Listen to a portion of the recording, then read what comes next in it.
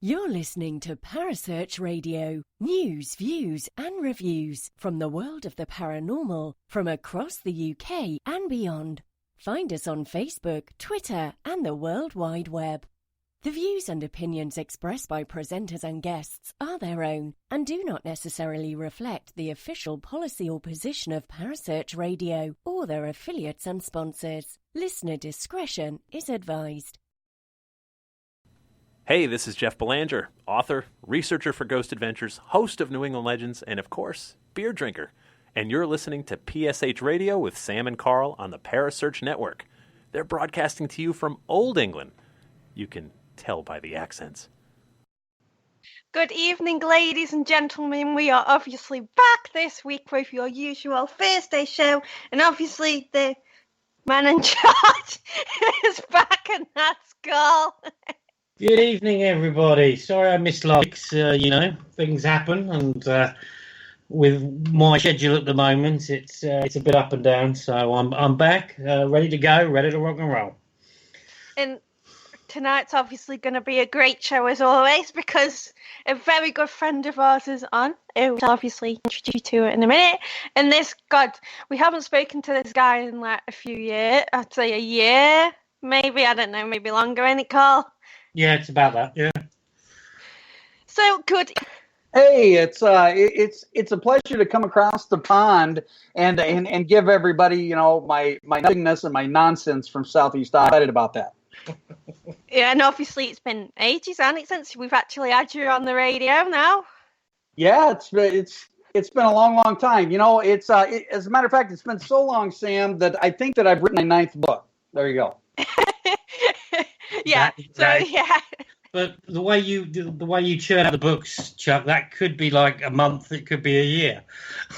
Yeah, and it is what it is. I always like to put out a couple of books a year, but this past year, guys, has really blown me away because not only did I put out the Midwest Paranormal Road Trip 2 Chronicles, which I have to give a shout out to my team members, Nick and Sue Pashusta. I'd be remiss if I didn't say hello, Short Bus. But I also put out a sports book. It's entitled The Mad Culture Present in Athletics. And I've created a new podcast network that's based on that. It's called Coaching Culture and Athletics. And it is growing leaps and bounds. But I still do my paranormal. I also have written Peering Into the Void, Beyond Consciousness, Peering Into the Void 2. And then, let's see, this other one is Born Again. So I have put out like 5 or 6 books this past year. But I'll just say it. I'm a jack of all trades, master of none. I am a doctor, but I'm a doctor in education. So it's not really anything special, right? Yeah.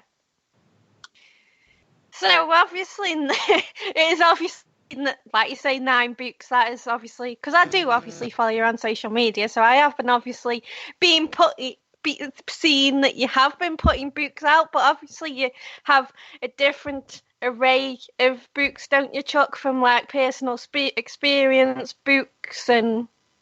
Yeah, I have several different books. I have the Midwest Paranormal Road Trip 1 and 2, which describes spooky places within the Midwest. Most of them, being in the Iowa, Missouri, and Illinois corridor. But I also read books, based on a lot of my experiences. A lot of my spiritual experiences, my deeper connection with God, and all those books, Sam. I try to portray myself as, hey, you're sitting on the other side of the table with me, and we're just talking about this stuff. We're talking shop.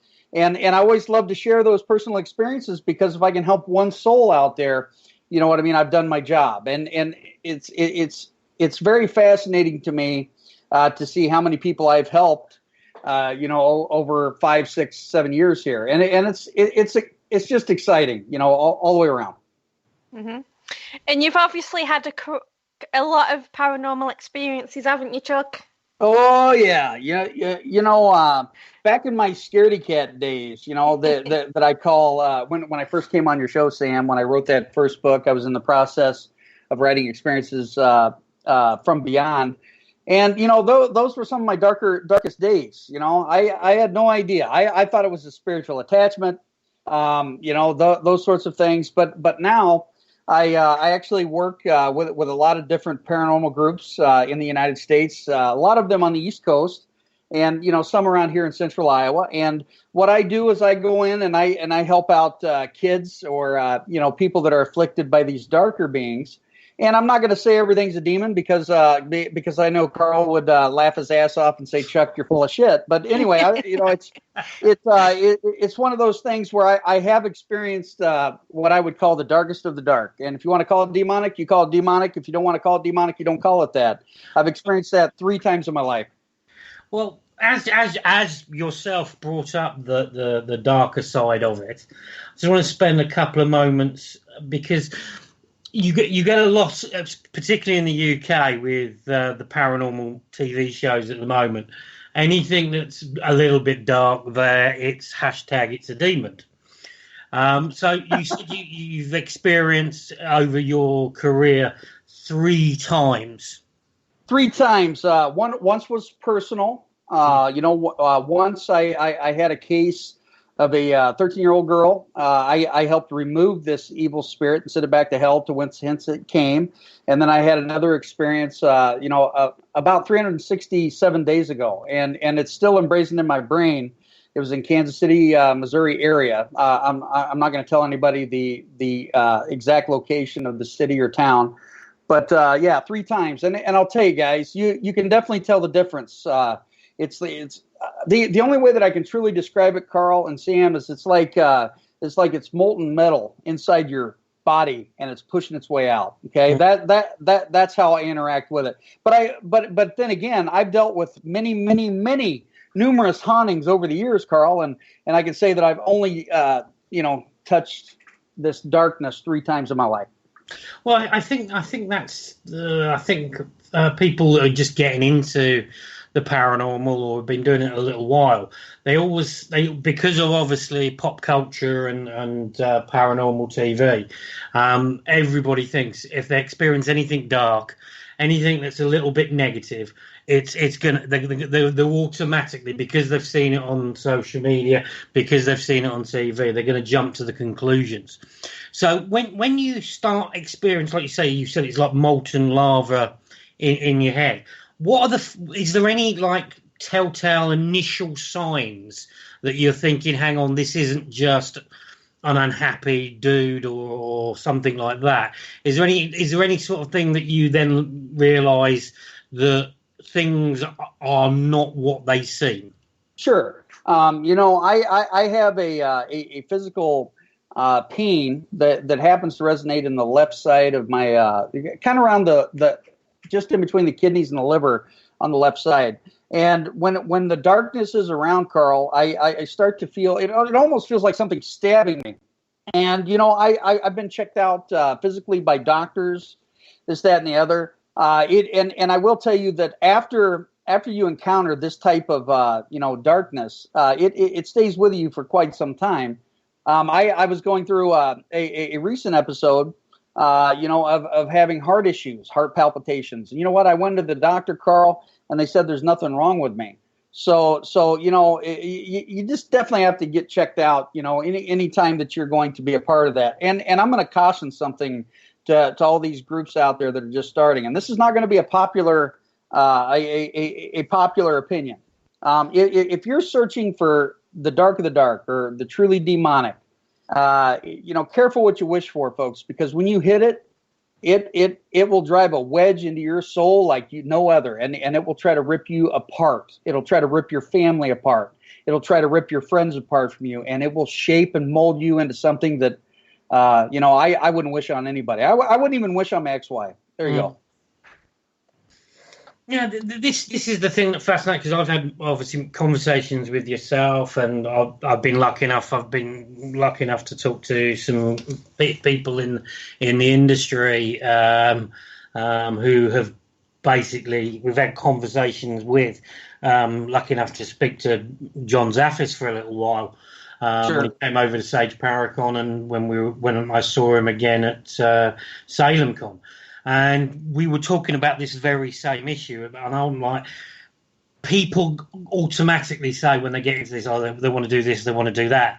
And John was saying something similar, where he says they don't know what they're getting into, and they think they have the tools, but they don't.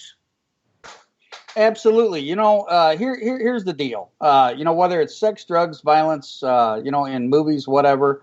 We live in a society, Carl, and this is worldwide. This isn't just in the United States or the UK. It's worldwide, where people like to watch this sex, this violence, and this nastiness. You know what I mean?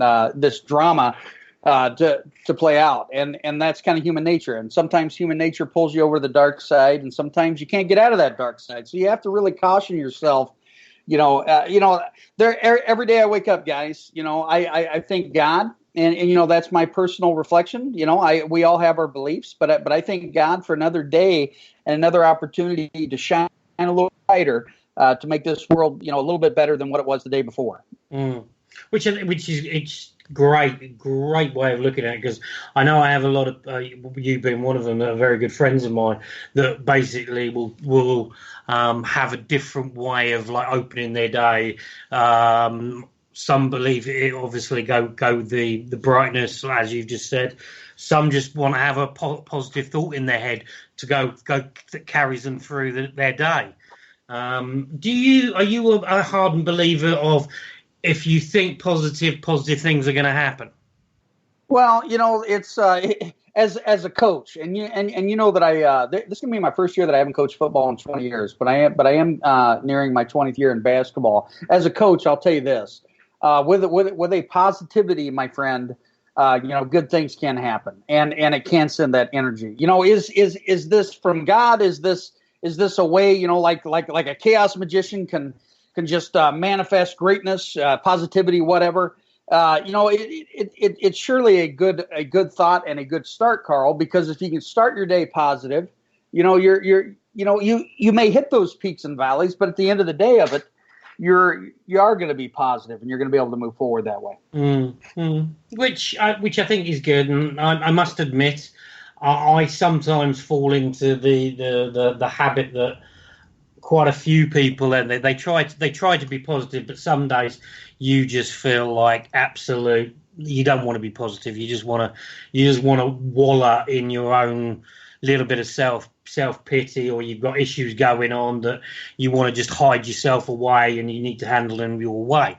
And I have a very good friend who is probably listening at some point if he's not working, and he basically will post a positive message every single morning on social media just to brighten people's days up. It could be jokey, but it's always on that positive level. And I do try, but recently, due to circumstances, I've struggled to kind of see the positive side of things a little bit. I do have a lot of things that I'm positive about, but sometimes, like people say, sometimes you just get into that little slump. But it's the way you get yourself out of that slump, which I think is the most important thing. Sure. One thing that has changed in my form of spirituality, guys, is I've become more neutral. And when I talk about neutrality, I'm talking about where I'm not all light and fluff and la la la. I don't have a bunch of rainbows flowing out my unicorn rear end. Okay, I'm probably as skeptical of a spiritist person as you will ever meet. And also, I understand the darkness because I've seen it, I've experienced it, I've fought it, and I don't like it. And you know what? All light and fluff, I'm not into that either. So as I've molded myself to be more neutral, Carl, I'm experiencing abundance beyond anything that I could even possibly imagine. Even 6 months ago. Yeah. Well, I think that's really, really, really, really interesting, because you watch a lot of people and knowing love and light, baby. Yeah, love and light. Yeah, it's like unicorns, as we said, unicorns pooping clouds and moonbeams and stuff like that, and I'm just thinking, yeah, you just preach it a little bit too much, because you're only human, and at the end of the day, the human race has a tendency sometimes of having slumps, dark times, or whatever. Nobody that I know can be 100% unicorn pooping clouds, sunbeams every single hour of the day. No, and it's just one of those things that we all fight the good fight. A lot of us put up a huge barrier that makes us appear to be something that we're not. I will tell you this, guys out there, check on your strongest friends and check on them often, because it's often the strongest friends that promote that presence that need the most help. Mm-hmm. I quite agree. Because sometimes the ones that give advice to others, that try and help others and try to help people through, sometimes are the ones that are struggling behind the scenes. Absolutely. Yeah. Okay. I want to quickly, not quickly, but I just want to talk about, because I've been looking and researching. Obviously, you've done these 2 books on these road trips around the Midwest.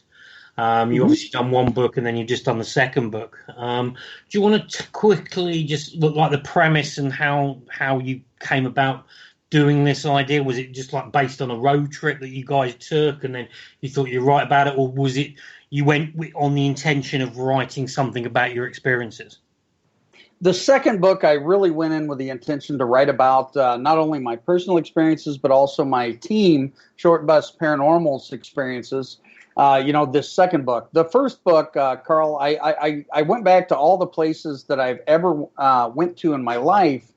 And I wanted to share my personal experiences. I also wanted to share out, the deeper, rich history that's involved in these particular instances. So the historian in me actually, drives these 2 books, because not only are you getting, experiences from the place, from the paranormal side of things, but you're also getting, the historical vantage points and things like that that might bring it about.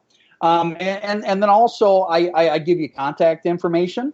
I give you directions to these places, and I also caution on the areas that that may be frowned upon more than others. So I give you some keen insight on these locations. In the 2nd book, I expanded out of the state of Iowa quite a bit, and I went to the Dandy House, Hinsdale, New York. Dan Class is the owner of this of this old haunted home.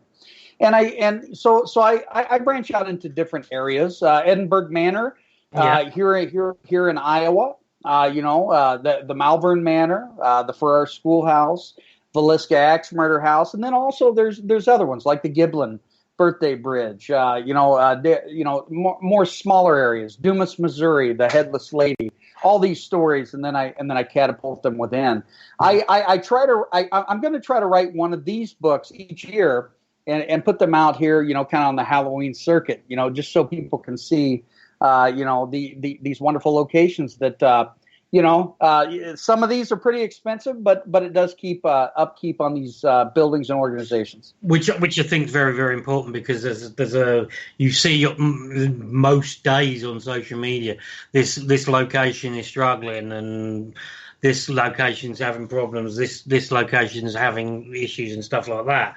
And I think that what we don't want to do is see these locations, particularly in the UK, the locations that people have investigated, 9 times out of 10, when they struggle, they close, they don't let people in, and then next thing they're being knocked down, and they're building houses, they're building flats, or they're building commercial properties.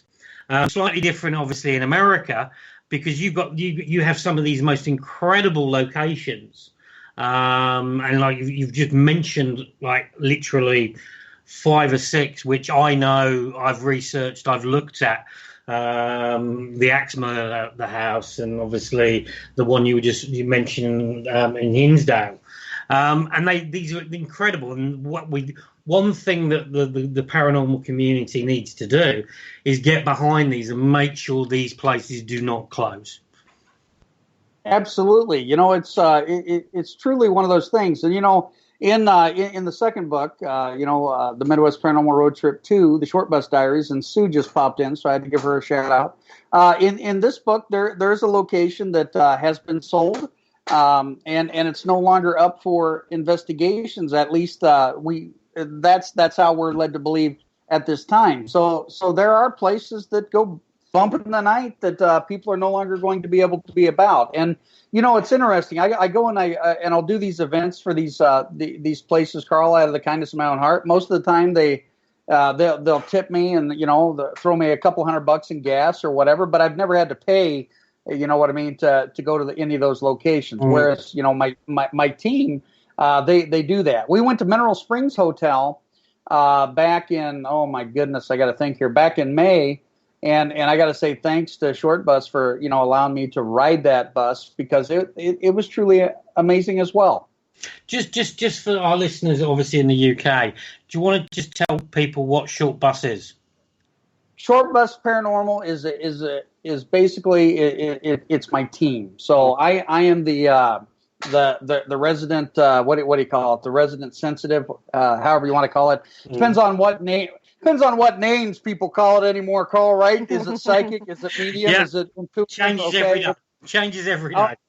I'll just throw this out there. I'm what you would call the closet medium. I do not advertise. I do not proclaim my abilities, but I'm a part of this great organization called Short Bus Paranormal. And see, it's one of those things where you take a ride with us. Take a ride with us on the short bus and follow us along and to these haunted locations. And they're a great group. I want to say there's about 12 members. There's also a Northwest Iowa division of Short Bus. So it's a great paranormal organization here in the state of Iowa. Cool. Yeah, just wanted to give, obviously, because I can guarantee there's people listening thinking, does he mean a short bus? No. It has nothing to do with, and I would mean no harm. Heck, I was a special education teacher for, I think, 7 years. So no. Just going back to some of these locations that you wrote about in book 2. Which one did you find that surprised you the most when you started writing about it? Which one was the one that stood out as, wow, this is something I have to put down in writing? Oh wow! Putting you on the spot. It's a secret. It's a secret, Carl. No. In all seriousness, there were 2 places that surprised me, and both of them tie, in my opinion, and that's the Dandy House in Western New York, and also the Edinburgh Manor here in Central. What do you call it? East Central? I don't know. Iowa. And the deal is that these places, when people come in and they bring in their intent, and a lot of times people will bring, I'll call them silent passengers along with them. Are they attachments? Probably not, but they can draw those things in. And these places are getting better and better as far as the intent goes, as far as not, doing any dark magic and stuff like that in those places. But, Carl, I'll tell you, Edinburgh Manor, there was one night we were dealing with a particularly darker spirit, and after I asked that spirit to leave, all these spirits in this manor, man, they caressed me and they came around me, and it was like a cobweb effect, like you were getting kissed by thousands of ghosts. I don't even know how to explain it. Hinsdale, on the other hand, is something. It's a different bear in and of its own. Hinsdale is one of those places, Carl, that I would say was very eerily similar to the experiences that I had in my basement. As far as, you remember when we were talking about that darker energy, right? Yeah. Anyway, these spirits, when I came downstairs, my youngest daughter actually got to take the trip with us, so that was pretty meaningful for me. But the spirits were coming through all these different apps saying, hey, bring Chuck back up here. Closet Medium, come here. Charlie, come here. And they were trying to call me out and take me up. And you know what? I didn't go back up there because, I'll tell you what. Hinsdale, or the Dandy House in Western New York, is the only place that I've ever been that I think that I I wouldn't want to go in there alone, if that makes any sense. Well, obviously the Hinsdale is quite prominent in the UK at the moment, because obviously it's been on a couple of the TV shows, and there's quite a few people have spoken about it. It's the real deal, Carl. Yeah. Every single person, from the people that I know personally that are friends that have investigated the Hinsdale, all say exactly the same as what you've just said, Chuck. They say it's the real deal. There's something there. There's something that is strange, disturbing in a way. That is and everybody what I've spoken to, and I've spoken to some prominent people in this industry, and they all say that Hinsdale is one location that they wouldn't want to go in, as you've just said, wouldn't want to go in alone. No, it's you know, I had an experience there that I don't know whether you call it traumatic or whatever, but you know, we were downstairs in the basement, and my youngest daughter, you know, she doesn't like to talk about this, but she said that the whole time that I was getting like burned on the side of my chest, you know, because as I was being marked, she said the whole time that happened, when it released, she said, well, there was a Native American guide beside me that you know, was pushing this entity away. So yeah, that's a pretty traumatic place. So you say about this, because I've spoken to a couple of people which talk about not just about the Hinsdale, but talk about other locations where, particularly when they're from America, they often see, or they often pick up on Native America that are trying to push away the negative energies that are in the place. Do you personally believe that is like a guide that you've not yet met, or do you think it's some other thing? And again, I don't mean to get preachy and this, that, and the other, but this is truly just my beliefs. I personally believe in God. I believe also in the power of God. I bring on Christ. I'm not what you would call the New Ager, okay? But I do bring on my angels. You know, my Archangel Michael, Archangel Gabriel, Archangel Uriel, Archangel Ariel. You know, the list can go on and on and on. But I believe in certain guides that come around here and there, Carl. But I don't. I'm not 100% sure whether or not that was my particular guide, or was this just a resident spirit that was looking to protect me because he knew my intentions. Because when I go in, I don't go guns and blazing. I don't scream at the spirits. I treat the spirits like us, like we want to be treated.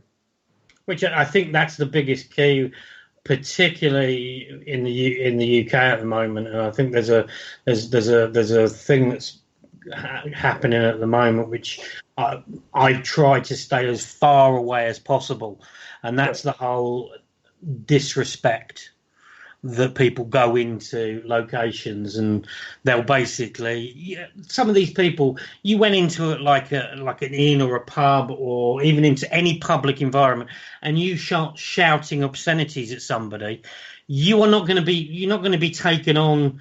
You're not going to have the best response. And you're going to get your ass kicked. Yeah, I think respect in talking to spirits has to be the key, because at the end of the day, the spirits, the energies you're talking to, at the end of the day, were alive. Yeah. So give them the respect.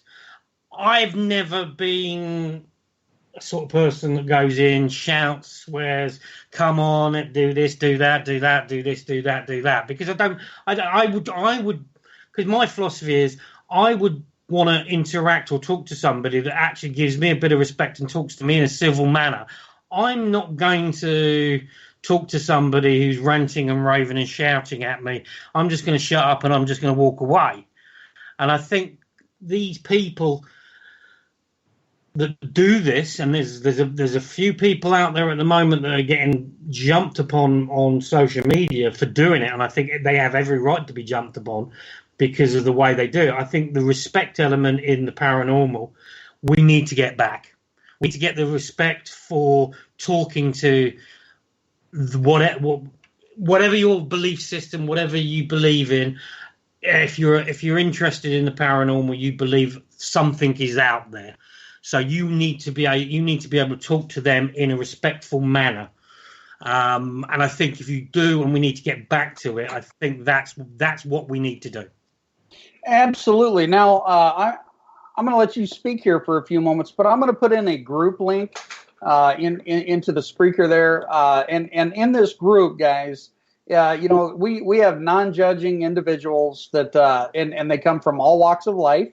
They also have several different beliefs and methodologies that they state on this group. So it's a great group, and I want to share that with everybody in the chat there.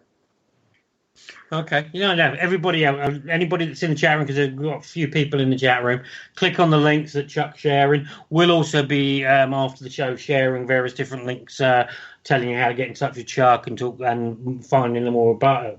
And Sam has just had an issue with her laptop. A laptop, for some unknown reason, has just shut itself off. That's never done that before. Well, here's the deal, Carl. It is the haunted basement. It is Chuck Banks. Exactly. And, this happens more than once when we talk, Chuck. We have certain things that happen every time we talk. 100%, man. That's the truly beauty. You know what I mean, of experiencing things, because people are going to experience things when they're around me. Period. That's just the way it is. Exactly. Just the one question that I know has been asked, which has just come through on my phone, is particularly with reference to the Hinsdale house. Mm-hmm. Do you believe that it's the property or the land? I believe that it's a mix. Okay, I do believe that there's a mix between residual and intelligent, haunting or spirits that engage in the building. But I would say, lo and behold, that most of this haunting, Carl, comes from the land itself. Yes. Yeah. Do you find, because I often think when I went over the years of me doing this, and I've been doing it a long time, sometimes I just think that I look at locations in a couple of different ways. One, I just think it's the land. It could be that there's particularly where they've built places and the history of the land. A couple of times, depending on what's happened in the buildings, such as asylums, hospitals, courthouses, prisons, it can be potentially be the what has happened in these buildings. But then on the other case, I look at locations that people going in bring it, like as you said, they bring in a little watcher with them that can cause the activity with them.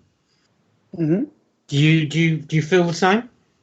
Yeah. It's kind of like the Farrar Schoolhouse. Lo and behold, most of the times when I went to the Farrar Schoolhouse, the spirits. There's a couple resident spirits, but it appears to me that a lot of the people that come to those events at that particular location are bringing some of their spirits along with them, and it's that level of engagement and interaction. I think also, Carl, that within a lot of these locations within the land itself, there are certain portal energies that can open up, and at times you're going to experience what you're going to experience because it's you personally.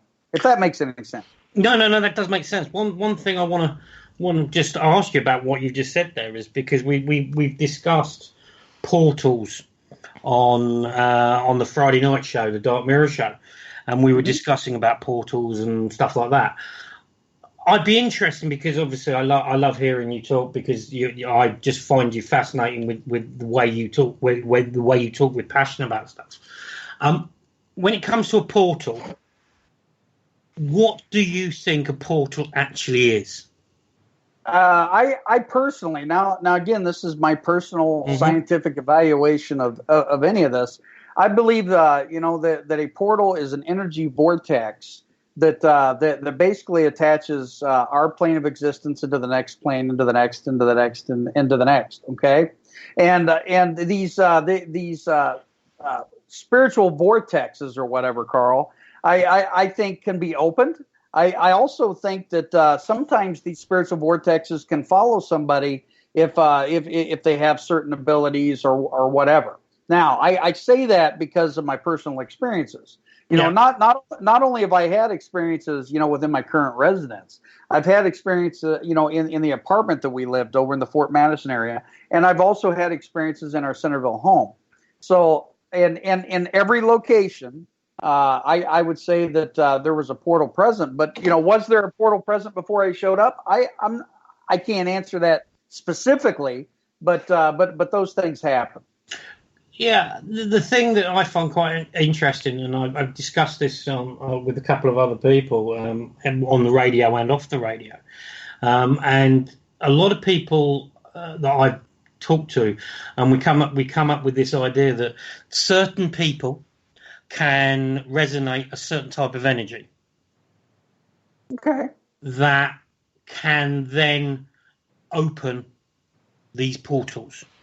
Well, what I'm hoping is I'm not like a dirty dog filled with all this dark presence, and I open all these damn portals that are dark. That's what I hope not. No, I'm just thinking that everybody, every single human being has a different resonance. Sure. And I just think that particularly when you are in tuned spiritually about things, you can have the opportunity, because of your residence, to be able to action or interact with these portals. Like you said, like the portals in your house and your basement, etc. Were they there originally, or are they now, because of yourself and the residency that you have, are you opening those up or making them aware of you more because of your beacon? Mm-hmm. It's crazy. I still call a lot of these things crazy because that's how I interact. I don't believe in coincidence. Okay, I personally do not believe in that. These every location that we've moved into, it's like lo and behold, the heavens opened, and God just allowed me to get into these places without issue. Does that make sense? And then there's other places that we wanted to live that that just didn't work out. I don't know, man. The biggest coincidence I guess is I'm living in the area that Samuel Clemens, grew up, Mark Twain. And, I didn't hardly write a lick until I got to Lee County, where Samuel Clemens and Mark Twain was born. So, what's the coincidence with that? I don't know. There's just a lot of possibilities, when you discuss these things. And I think the key thing that, with spirituality and the paranormal is you got to go in with an open mind, but you also got to go in with a gut check to be able to decipher the BS from the truth. Yeah, I think you've got to be able to do that, because you can't go into every single location and think everything that happens is paranormal, everything that is a spirit trying to get hold of you, because you've got to have that, like you say, that gut check where you are then looking to look at natural phenomena, the natural reasons behind things happening. I think sometimes people can get wrapped up a little bit too much, and they will jump to so many conclusions that everything, as you say, everything is paranormal. You have to have that ability to, like you say, gut check your own and check what you are actually doing and looking at the logical reasons that things are happening. Because if you think everything's paranormal, it's like this. Okay, I'm fat. Oh, damn you demons, you made me fat. Or, I stubbed my toe. Damn you demon, you made me stub my... It's ludicrous, when you look at it from that angle. Yeah, I totally agree. I think we have Sam back, because I just heard a sigh. Sam, is that you with the heavy breathing? Yeah. Anything you want to just bring in, Sam? No, okay. Not at the moment. No worries, I'll carry on talking then. So, going back to obviously the stuff that you've written, you've done 9 books now. Mm-hmm. Nine different books. It's crazy. 9 different books. rate all different types of subjects. Out of the 9 books, if somebody was out there who wanted to buy one of your books and you would say, right, which book, and somebody said to you, which book would you reckon, which book do you want to be my first of your books? Which would it be and the reasons behind that? Okay, you ready for this? Yeah. Okay, all of them.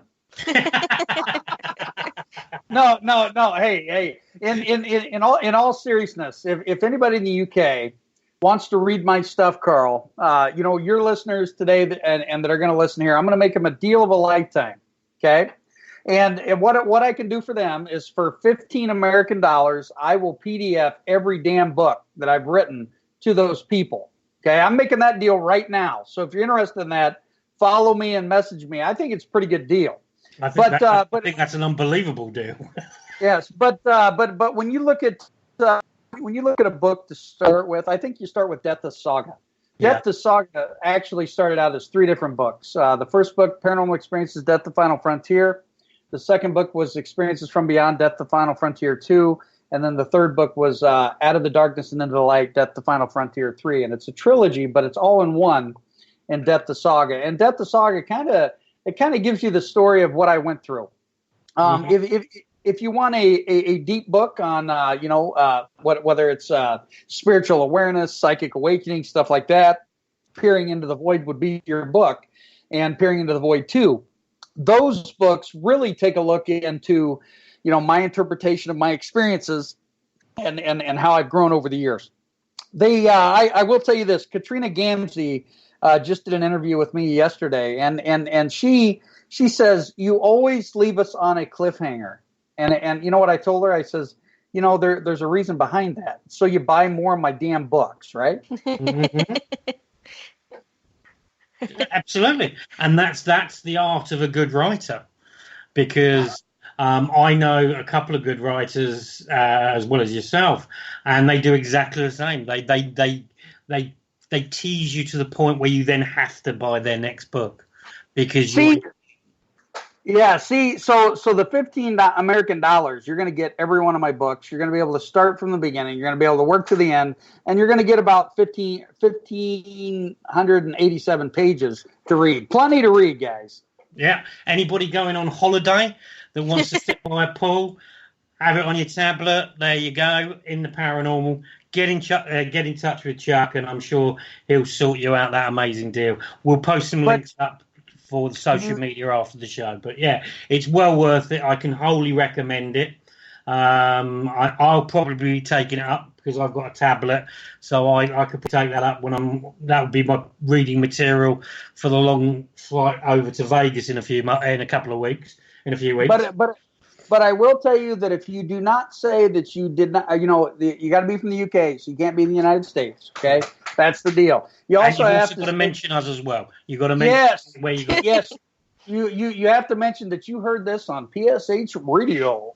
There you go. Yeah, and that's the most important thing. So what's next for you? What have you got? What have you got up your sleeve? Because something which we touched on earlier, which I find truly interesting with you, is obviously the so many years of you being a coach for teams, football, basketball, etc.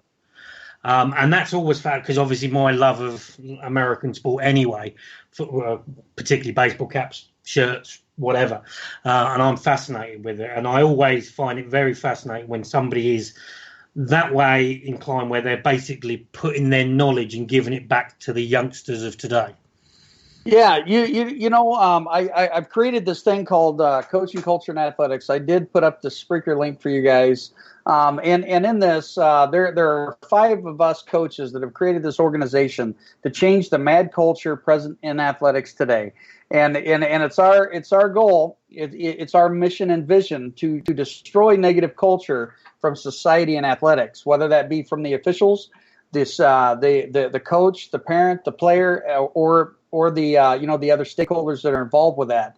And this is something that is growing by leaps and bounds. Now, if you look at Spreaker, you're probably not going to see a lot of followers, but we're getting anywhere between 1,500 to 2,000 listens a week. And, we have a lot of podcasts up there. We have several coaches all over the place.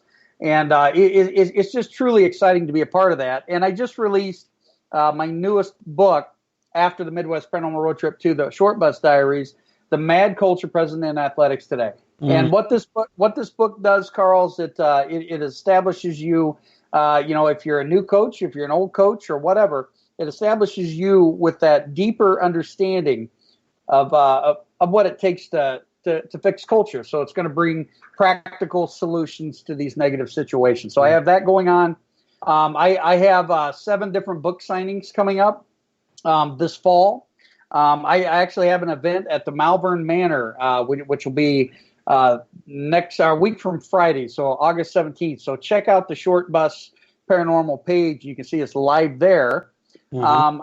I do have a couple more books coming up, underneath my sleeve, my friend. It's one of them is it's called From the Sheriff's Desk. It chronicles my dad's career, and then another book. It's going to be my first fiction book. It's called the Chronicles of Gartrek Spinks. So you're going to want to check that out. Yeah, I have a lot of things up my sleeve, but I tell you, I am so busy right now, brother, that I almost need a manager. I know that's why Sam's so good, because she controls what I do, because half the time, as a lot of people listen regularly, that I'm sort of the person who just waffles on, that comes on, that waffles on for an hour, but Sam's the brains behind it. She contacts everybody, she sorts that out, so everybody needs somebody that stands behind them to actually make them look good. Well, I'm going to tell you right now that Sam is more than just the heavy breather in the background. She's a wonderful soul. I love her. Yeah. And I know our listeners do, and that's what makes me and Sam such a good on the radio, is that she'll do all the hard work. She'll open up, and then she'll let me just go to town and speak to the guests, and just do the interview style and stuff like that without having, because obviously the busy schedule that I've got, without worrying about setting the interviews up, etc. So I just know 9 o'clock Thursday I've got to be there, and obviously sometimes I can't be, but no, it's a great, we make a great team. So yeah, just obviously we've got about another 15 minutes to go. Just want to go back to when you first started. I know we're not going to go into the details of the experiences that you had, because I don't, because people need to buy your book to find that out. But how did you get started? What was the trigger? Okay, you want the long version or the 12-minute version that would end your show? Go for the 12-minute version to end of the show, and then we'll get you back on for the long version at another time. Hey, sounds good. It's one of those things when you open your eyes back up. I would say that April 30th, 2010, when my dad passed, and I've shared this story in the past, I was reawakened into what we know of as a spiritual awakening, or a darker spirit experience. And not only was I affected by it, but my family was affected by it as well. And it took several years from that date to get to where I am today. But I look back, my friend, and I look back at all the experiences, all the stupid we did as kids. How many doorways did we open, by antagonizing, a darker spirit, or looking for these things, It takes us back into probably 1976 was my very first experience, and when I recollect back then, my dad was like, oh, it's in your head, whatever. Well, anyway, I was about 4 years and 2 months old, and I can remember angels coming to me at my house. Okay. And I was communicating with these angels, or these angelic beings at this point. And, I haven't even shared this experience in any of my books. So this is kind of a first time recollecting this and coming back to it, Carl. So this is where it gets exciting. Mm-hmm. four times in my life, I felt that I had a calling from God to be a preacher.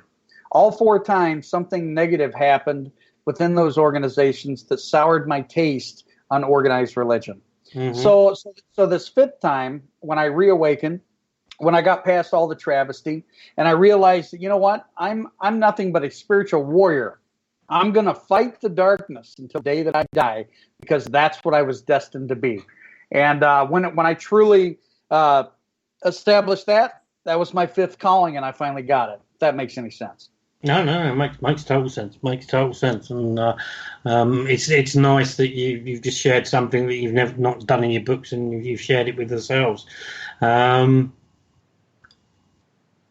Yeah, no, that's obviously I've gone through something similar. I lost my mum back in 2012, and then I lost my dad literally just over a year ago. It is just over a year ago. So I can understand where you've been and where you've got to. So yeah, it's one of those things that people say. I always say that they say it's time's a healer. Time's not a healer. I just think you learn how to handle it. You learn to move forward. I don't normally do this, but I have to interrupt. You ready? Yeah. Okay.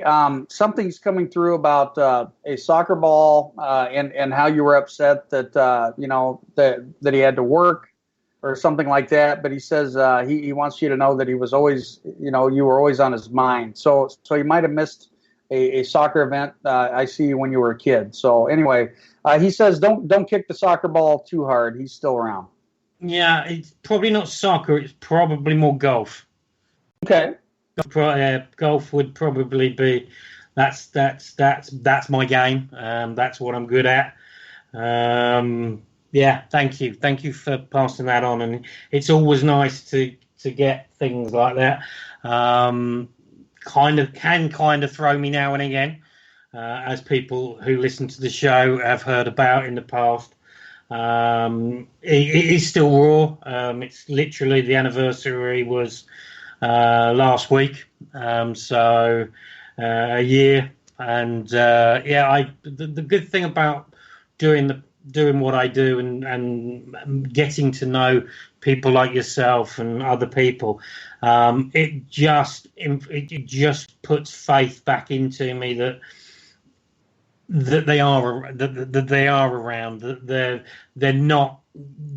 they're looking over you and et cetera, et cetera. So it's always nice. It's always nice. Yeah. It's coming through and saying I love you, my little bubby. It's one of those things. Yeah, so. Absolutely, and it does warm things up me emotionally. I know. It's always nice to get those little confirmations that there is things going on, that they are there, they still see, they're still proud, they still love, and all that sort of stuff. So, and being in the paranormal, I think, has opened that up to me, that because of the people I've got to know, that I count as close friends, you being one of them, and the others that I've met in the paranormal. It's always nice to have that little bit of nod, just to say he is around, etc. Right, we're coming up to the end of the show. Just quickly, we got another 5-6 minutes. Sam will just be doing the wrap up. So, is there anything else that you want to bring up? Anything you want to, guys? Like you said, we'll post the links about the offer for UK PSH radio listeners to get the complete back catalogue of Chuck's books for $15, and just get in touch with Chuck on that thing. But is there anything you just want to end with before we pass it back over to Sam? Sure. Here's the deal. Find who you are. Find who you are personally. Don't compare yourself with others, because you are truly a beautiful and magnificent soul. And I truly mean that. And you know what? Just take the time to meditate, pray in your own way. and everything's going to be just fine. Other than that, follow me. Shoot me a message. I'm not one of those guys that's going to say, "Oh, if you shoot me a message, I'm going to charge you $10 to talk to you." I'm not like that. Okay, I'm a general, down to earth old coach, and that's just the way it is. But hey, thank you guys for this opportunity. I know myself and Short Bus Paranormal out of Cedar Rapids, Iowa, appreciate it. No, absolutely, and it's always a pleasure to talk to you, Chuck, as you know that, and we'll get you on. It won't be as long as the gap we had between the last time, but we'll definitely be getting you back on at some point. Sounds good, man. Cool. Sam, back over to you. We have like 5 minutes, but anyway. Just drag it out, Sam. Drag it out. We'll do a little plug about that. I'm sure you've got a lot So first plug, obviously a first little plug, guys, if you don't know already, if you're not on our Parasearch Radio Facebook group, we now have a updated website, and if you want to check the website out, you can go to www.parasearch.org, and there you can subscribe to our monthly newsletter, which is coming out soon. Also, we have 2 new shows on the network: the Parallel Prism Show with Joe Lean, and the Haunted Connections Show with Neil Packer and Jane from the Haunted Antiques Research Centre in Nottingham. If any of you have missed any shows, you can obviously go back on the Spreaker app and catch them there. You can also find us on YouTube as Parasearch Radio. It's a good night from Carl. No, we haven't finished yet. Fine. Go on then, if you want to say anything else. Plug Sage Paracord. Okay, here we go. And obviously, if you want to meet me and Carl, you can meet us this year at Sage Paracon, which is the 7th till the 10th of November at Coombe Abbey in Coventry. We are obviously the official radio show broadcasters for the entire weekend, obviously broadcasting to Parasearch Radio Network. Our tickets are very limited as well, so get them. Because once they're gone, and then you'll have to wait till next year. Yeah. And lastly, just from me, before Sam says her goodbyes, I want to personally thank Chuck for coming on the show.